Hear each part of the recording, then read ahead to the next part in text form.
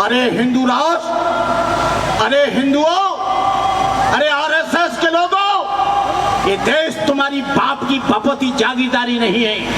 इस देश में मुसलमान भी रहता है, इस देश में ईसाई भी रहता है, इस देश में बैकवर्ड भी रहता है, इस देश में बौद्ध भी रहता है, इस देश में सिख भी रहता है। हिंदू राष्ट्र तुम कैसे कर पाओगे?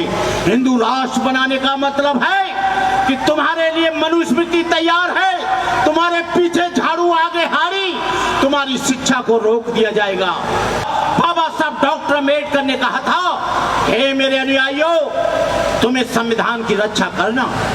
यदि संविधान जिंदा है तो मैं जिंदा हूँ, और मैं जिंदा हूँ तो तुम जिंदा हो। संविधान जिंदा है तो तुम जिंदा हो। बहन सीमा कुशवाहा, मैं तुमसे अनुरोध करना चाहता हूँ, बैकवर्ड के बहुत महापुरुष हुए, तुम ओबीसी समाज से आती हो, लेकिन जैसे ये समाज, दलित समाज तुम्हारा सम्मान कर रहा है, मैं चाहता हूँ देश में ओबीसी और बैकवर्ड भी तुम्हारा वैसे सम्मान करे तो मुझे खुशी होगी।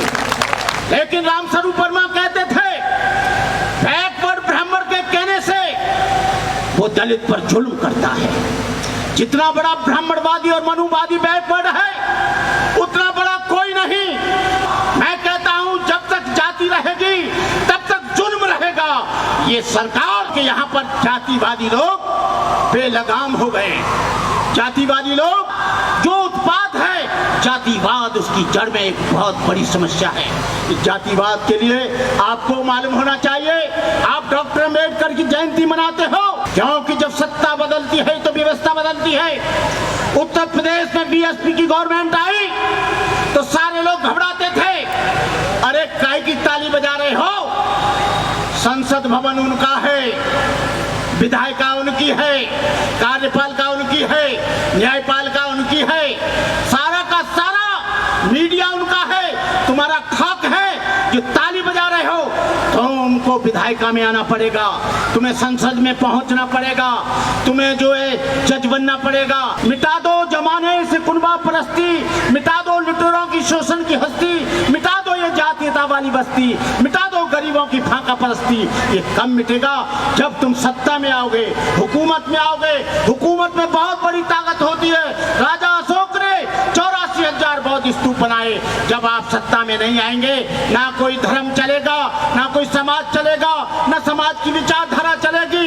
मैं आप लोगों से कहना चाहता हूं, जो यहाँ 14% वोट था बीएसपी का, 1% हो गया। जो 23% वोट था वो 12% रह गया उत्तर प्रदेश में। ये कौन सा परिवर्तन है? ये कौन सा आंदोलन है? तुम लोग चुप बैठे हो, आप लोग आते हो और झाड़ू में वोट डालाते हो।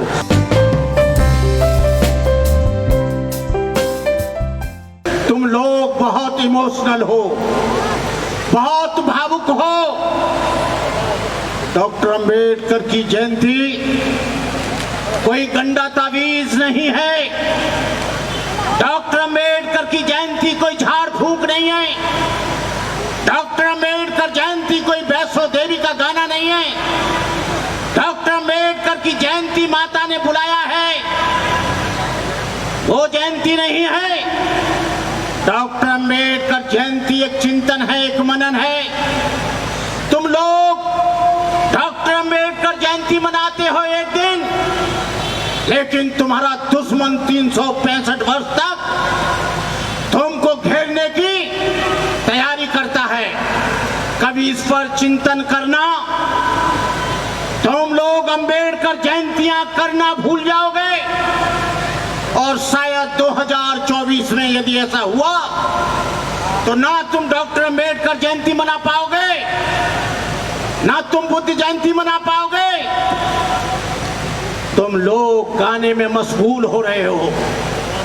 तुम लोग अम्बेडकर जयंतियों में अतिथियों को बुलाकर माला डालने में और उनका स्वागत करने में इमोशनल हो रहे हो।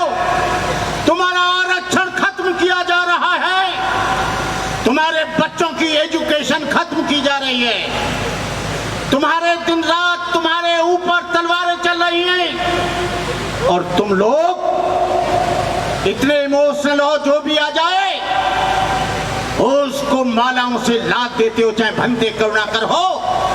तुमको ये नहीं दिखा जा रहा है कि तुम्हारा डिमोशन हो रहा है। या तुमको पढ़ने का अधिकार दिया तो बाबा साहब डॉक्टर अम्बेडकर ने दिया। यदि बाबा साहब डॉक्टर अम्बेडकर तुमको पढ़ने का अधिकार न देते तो तुमको नौकरी कहां से मिलती? तुमको नौकरी मिली तो तुम बड़े बड़े बंगलों में और बड़ी बड़ी गाड़ियां लेकर वो एलसीडी का टीवी लगाकर देख रहे हो, लेकिन तुम्हारी नौकरियों के अवसर समाप्त किए जा रहे हैं। नौकरी कहां करोगे? नौकरी कहां